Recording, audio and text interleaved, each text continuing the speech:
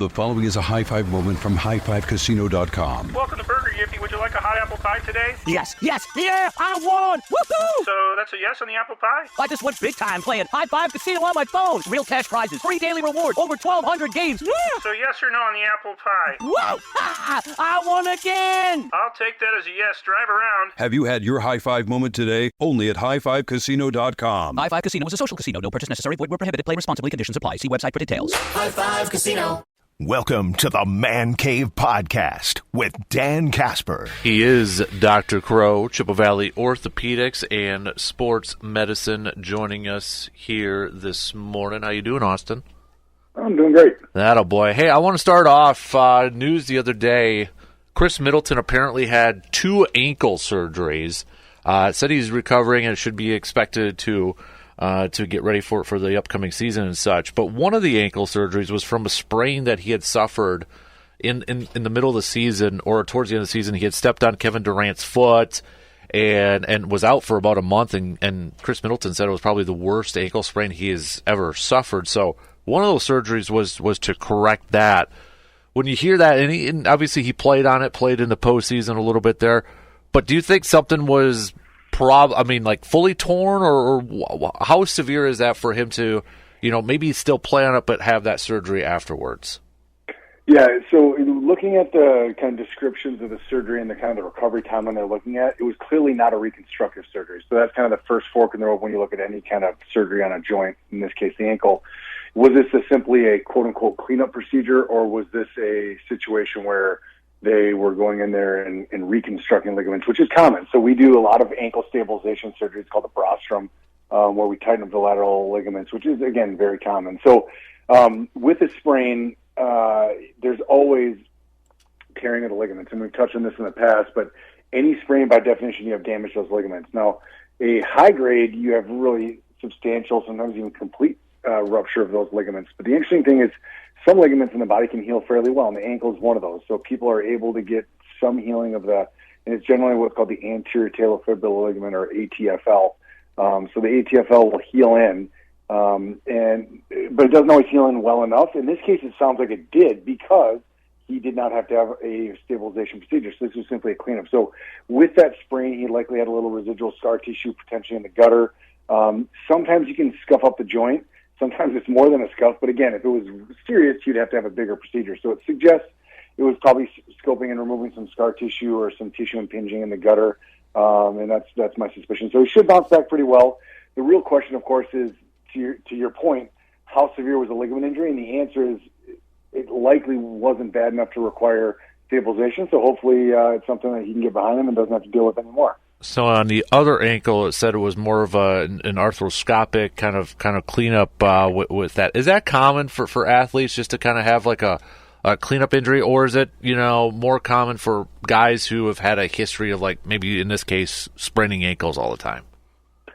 I mean, cleanup scopes are especially in the ankle. I mean, they're not unheard of, but they're not super common either. I mean, we don't do a ton of those. I mean, generally going in there for a structural issue, which means you're doing a scope and going in there and also addressing a cartilage injury or a significant ligament injury. In fact, often it'll be both.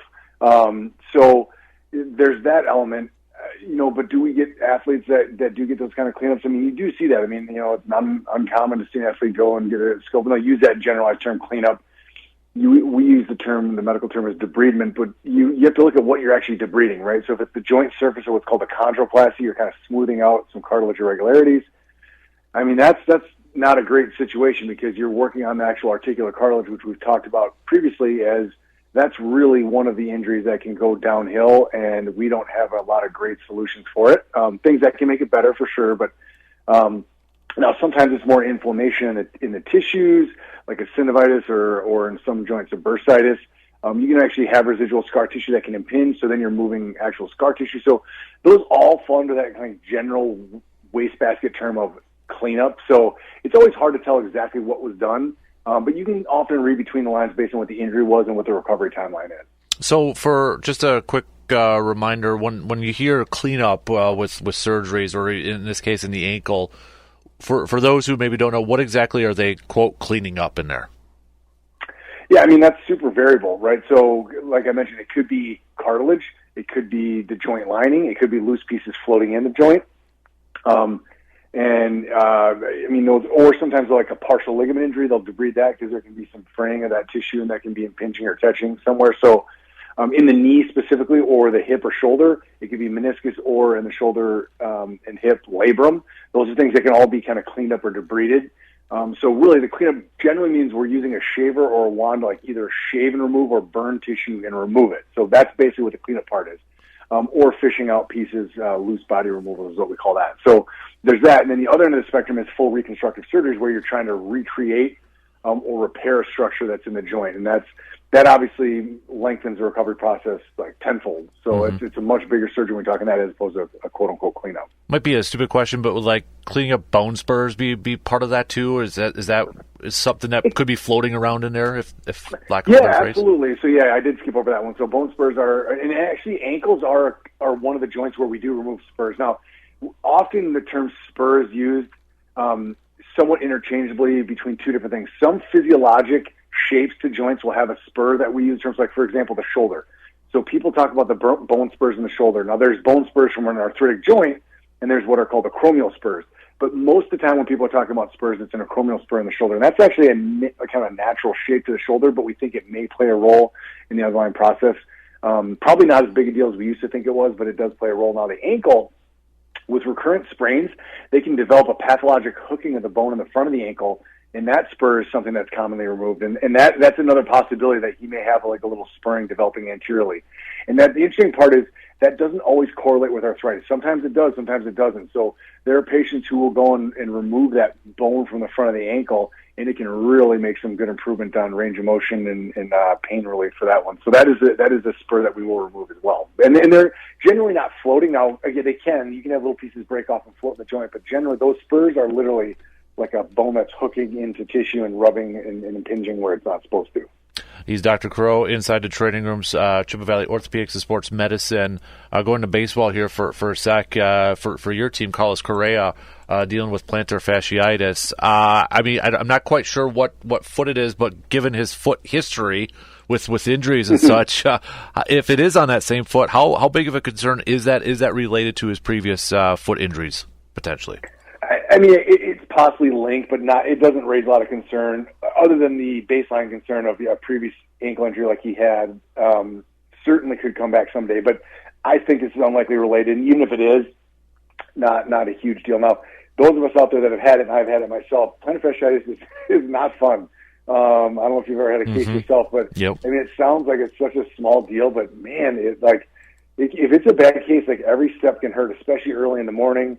You get up, you're like, dang, you're limping around the house, and you're like, how's this tiny little spot giving me so much trouble? So they can be a big deal. Often, especially on the pro athlete side, they try and nip these things real early. So just the beginning symptoms, they'll shut people down. They'll start doing like ultrasound treatments, occasionally steroid injections. They try to nip these early, because once they really dig in, then they're much harder to get to go away. So like a lot of things, if you can get it early, it's a lot easier to treat. So, we don't know exactly how long he's been dealing with it. But to your question, yes, previous injuries to an extremity, or certainly a joint that close to where it's at, that can play a role in how you walk or how you push off or certain imbalances. So could it play a role? Maybe, but I'm not overly concerned, other than the fact it's kind of an annoying thing that may take a while to go away. Mm-hmm. To the football world, because we've got training camp starting up here for some teams already. Right around the corner. I know, right? One of the gruesome injuries that we saw last year, and I know we talked about it, was Nick Chubb and that knee injury that he suffered. And the Browns, they place him. He's not activated or anything like that, but he the other day or a few days ago, he was seen squatting 540 pounds at a high school in Georgia, raising hopes that he could make that comeback by September 8th. When you hear that and 540 pounds squatting and all that good stuff, is there still, does that give you a little bit more confidence that he could potentially get back on the field after suffering that gruesome knee injury? It gives some hope for sure, but I'll tell you, squatting that is impressive, first of all. That's not a lot of human beings can do that. Yeah. Certainly people recovering from a surgery like this, that is an impressive feat. So first and foremost, congratulations to him on that recovery. But the ligaments aren't huge with inline loading of the leg. So simply squatting up and down, although impressive, that's not what you really need your ACL, and I think he used MCL as well. That's for cutting pivoting. So for him to do an inline movement like that, again, great that he's recovering the strength because that is an important part for sure. But to translate that to be like, hey, let's get in the NFL field and take your body weight and try cut and pivot on a dime like they need to do to be successful NFL running backs, that's a big, big, big step further. So is it positive? Absolutely. Is it showing that he's like almost there? It doesn't. Now, if you saw him out in the field cutting and pivoting, then you're going to start saying, all right, now I'm a little more impressed with where he's at. I can tell you, I mean, he's if I remember, his injury was early on in the year, wasn't it? Yeah. Wasn't it in the first couple of weeks? Yep. So, I mean, to be a year recovered from a multi-leg knee, I mean, that's possible, not unheard of, but I would tell you it's going to be, I'm sure his surgeon's kind of holding his breath when he starts coming back from that because those kind of big reconstructions, they're very challenging surgeries, and the recovery is always a challenge. And when we look at these guys, I mean, their bodies are just built different, right? I mean, again, some people could train their whole life and never do that, let alone 9 to 10 months out from a major reconstructive surgery. So it just proves what kind of specimens these people are. But at the end of the day, there is a healing process that needs to occur and kind of get those ligaments back to where they need to be. So positive, yes. Definitive, no. Interesting. Former Badger, I know we talked about him when it first happened too, but news yesterday that he's probably going to miss this entire season. Ryan Ramczyk, the offensive lineman for the New Orleans Saints. And just a reminder, he had knee surgery, but they were actually saying it's significant cartilage damage. So, I mean, could this potentially be a Bakhtiari 2.0 version, it sounds like?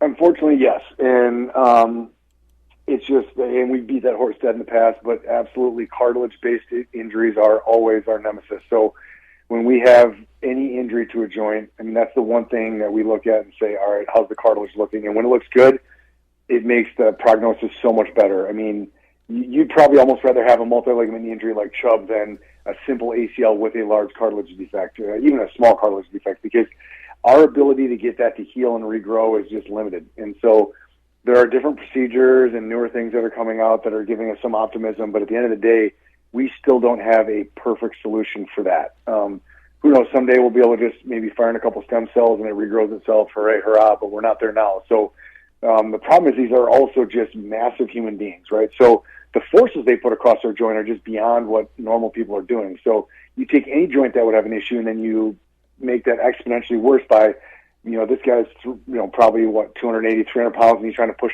around other 280 or 300 pound guys. Yeah. So the forces across this knee are just going to be tremendous. So yes, it's a concern. Yes, it has the potential to be career ending.